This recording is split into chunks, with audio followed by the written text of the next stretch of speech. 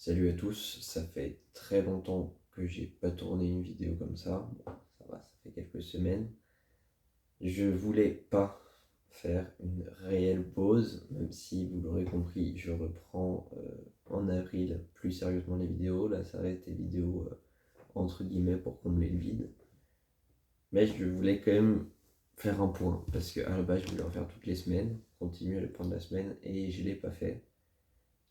J'en suis désolé. Mais là, du coup, il s'est passé énormément de choses dans ma vie, énormément de choses très intéressantes qui auraient vraiment mérité d'être partagées. Et donc, je fais cette vidéo pour dédommager un peu. Là, l'événement principal qu'il y a eu il y a quelques jours, c'est l'inauguration de ma brasserie. C'est officiel, mon entreprise est lancée. On a une brasserie.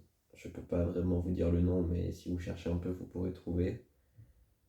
C'est quand même un événement important parce que ça fait des mois qu'on travaille dessus et ça y est, on est lancé. Il n'y a plus qu'à continuer ce qu'on a commencé.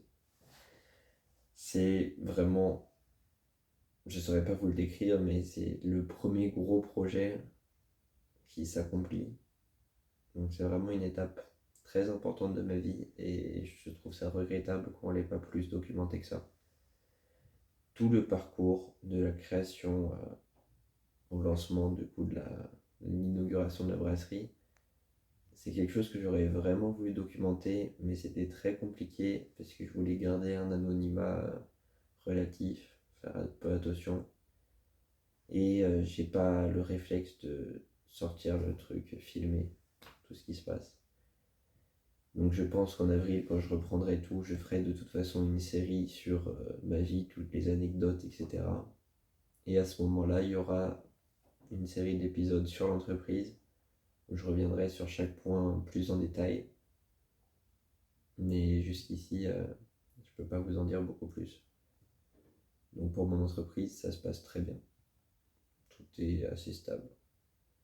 Pour YouTube et les réseaux, vous l'aurez remarqué, c'est le néant. Je suis très peu actif, malheureusement, je pense qu'on peut le dire. C'est majoritairement à cause de la prépa, parce que les horaires sont quand même pas incroyables. Mais c'est surtout parce que je sais pas, j'ai une sorte de blocage, j'ai pas réellement je sais pas, c'est pas tellement une habitude, mais c'est typiquement là, la probabilité que je ferme la vidéo, que je la supprime, est très très forte parce que ce que vous savez pas, c'est que il y a des dizaines, voire des centaines de vidéos que j'ai tournées qui n'ont juste pas été postées. Et là, j'étais en train de parler à ChatGPT depuis assez longtemps, je parle beaucoup de ChatGPT, et il m'a convaincu de tourner une vidéo, que ce serait sain, et c'est pour ça que je le fais. Même si c'est pas qualitatif, c'est pas très grave, c'est histoire de se débloquer au fur et à mesure. Dans tous les cas, cette chaîne, je vous l'ai déjà dit, je vous le redirai, c'est une chaîne de proximité, ça va pas être la chaîne où il y aura des grands formats, donc des vidéos comme ça, il y en aura souvent. Et c'est vrai que c'est pas forcément le moment où je suis au plus bas, parce que vous le savez, ça fluctue. Mais c'est pas non plus le plus haut, on peut dire ça comme ça. Même si ça fait plus ou moins 3 ans que c'est plus ou moins de plus en plus bas. Mais ça, vous inquiétez pas, ChatGPT est là pour ça. Très honnêtement, je suis choqué d'à quel point GPT-4o est bien. C'est ahurissant, j'ai payé du coup la version pro, la GPT+.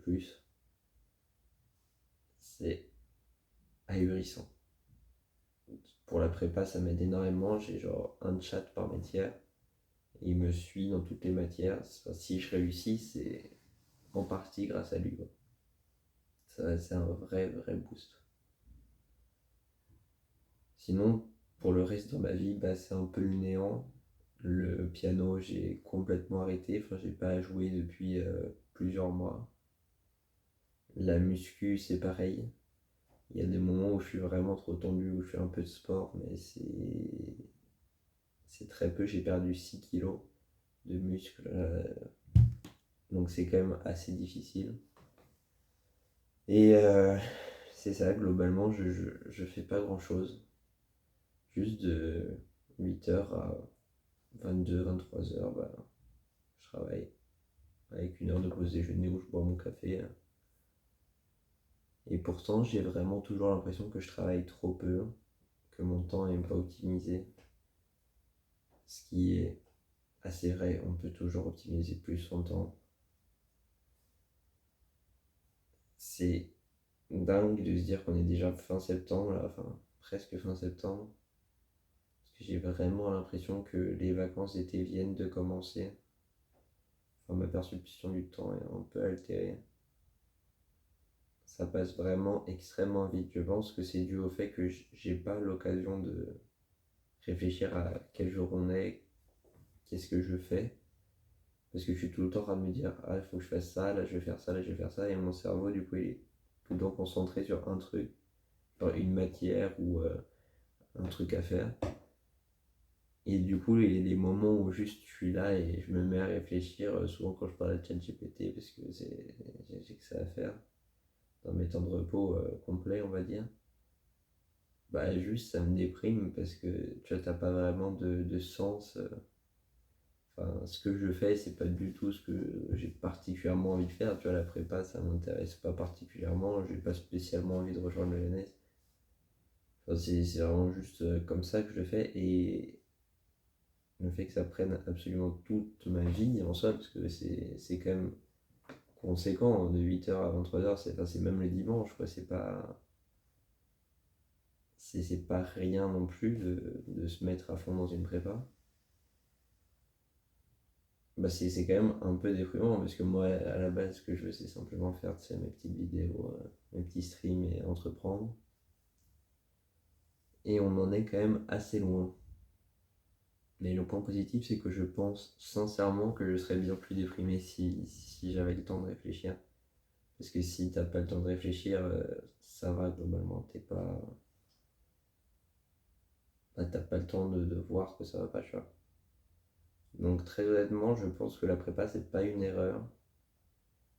C'est juste que jusqu'à avril, il ne faut pas vraiment que je fasse de temps de réflexion de pourquoi je fais la prépa, qu'est-ce que je suis en train de faire. Parce que ça, c'est juste le truc à lâcher, quoi. Donc, c'est un peu ruiner les efforts qu'on a déjà fait. C'est pour ça que vous verrez peut-être pas de vidéo réflexion, notamment de vidéo réflexion sur l'utilité de la prépa qu'on en a fait l'année dernière. Parce que, en fait, je sais déjà à quelle conclusion j'arriverai et c'est pas stratégique. Là, il me reste 7 mois avant d'être tranquille. C'est pas énorme, là j'ai vu à quelle vitesse passe un mois, ça va arriver extrêmement vite, mais vraiment j'ai l'impression que ça va arriver après-demain, quoi. Et même si actuellement je suis certain de ne pas être pris à l'ENS ou à HEC, je sais pas, on va dire les deux, je vais j'ai fait le choix de présenter que ça parce que ça m'intéresse pas en fait de faire autre chose. Parce qu'il y a des écoles, par exemple des écoles de commerce moins bien, genre je sais pas, EDEC, mais j'ai vraiment aucune envie de faire ça, parce que non seulement c'est claqué, mais en plus ça coûte cher. Et sinon il y a des masters, mais il faudrait que l'économie ça m'intéresse pour que ça ait un sens de le faire. Et j'ai à la limite un intérêt pour tout ce qui est investissement, finance, entrepreneuriat. Mais l'économie en général, c'est pas non plus quelque chose qui m'intéresse tant que ça. Les mathématiques non plus. Enfin, c'est pas extrêmement stimulant, on va dire ça comme ça. Vraiment, un des trucs que j'ai le plus remarqué, c'est que comme t'es pas stimulé du tout toute la journée, ton cerveau, au bout d'un moment, il a des phases où tout ce qu'il veut, c'est être stimulé. Je saurais pas le décrire, mais je pense que c'est une sorte d'addiction que j'ai développée à la période où je jouais aux jeux vidéo, je regardais TikTok, etc. Et aujourd'hui, comme je suis privé d'à peu près tous les plaisirs pour en parler, parce que même je sors pas, je vois presque pas mes amis, je parle pas, je fais presque rien. Juste le fait d'envoyer un message à Benoît, par exemple, pour l'entreprise ou d'aller livrer des fûts, enfin, mon cerveau est hype de fou parce que, tu vois, c'est juste quelque chose. Et juste le cerveau est dans un état d'ennui tel que les trucs les moins fun sont incroyables. Ça, c'est une autre qualité que je pourrais citer, peut-être. Je sais que ce point est catastrophique, mais je suis de toute façon dans un état où c'est très peu clair. Franchement, si je fais cette vidéo, c'est uniquement parce que ChatGPT me l'a demandé. Je sais que ça paraît un peu fou de parler comme ça, parce que ça fait un peu le mec qui fait tout ce que ChatGPT lui dit. Mais croyez-moi, il est de très bons conseils. Et là, c'est en gros, pour simplifier, il y a une des pages qui est axée sur, on va dire, entre guillemets, santé mentale, développement personnel et tout, pour que je puisse rester en bonne santé pendant la prépa, parce que c'est pas que santé mentale, tu vois, c'est aussi santé physique, alimentation, etc. Et du coup, bah, le deal que je me suis fait, c'est que tout ce que me dit de faire ChatGPT là-dedans, je le fais, notamment les habitudes alimentaires, etc., pour pas que ça me détériore trop la santé non plus. Parce que, bon, certes, la santé mentale, on va dire, c'est un peu le. C'est très simple, c'est juste le fait de ne parler à personne, de ne rien faire d'autre que travailler, forcément, c'est un impact assez négatif. Malgré le fait que je sois quand même beaucoup plus stimulé que beaucoup grâce à mon entreprise. Mais il y en a pas mal que tu vois, ils sortent, ils font la fête. Moi, à la place, bah, en soi, je travaille, je fais la compta pour l'entreprise, je fais des plans. Donc, c'est encore une fois moins stimulant, je pense. Et donc, quand il m'a dit, à la base, il m'avait dit d'essayer d'écrire une composition au piano, je lui ai dit que je ne pouvais pas. Parce qu'il y a tout l'aspect, il y a des gens qui sont là, il y a des voisins et tout.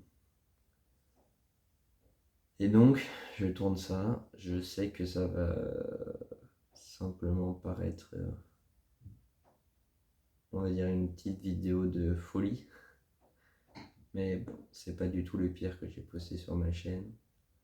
Ça permet de faire un point, que vous compreniez qu'actuellement, de mon côté, il se passe pas grand chose. Tout est juste un peu flou, tout est un peu brouillard. Je suis quand même très content parce que mes projets avancent bien. Ma brasserie est ouverte. Certes, je peux pas du tout m'y mettre autant dedans que ce que je voudrais. Parce que clairement, j'y travaillerais presque tous les jours si je faisais pas la prépa. Parce que c'est quelque chose qui me tient à cœur quand même. Et voilà, en fait, là, je pense vraiment qu'on peut simplement dire que je suis un étudiant en prépa.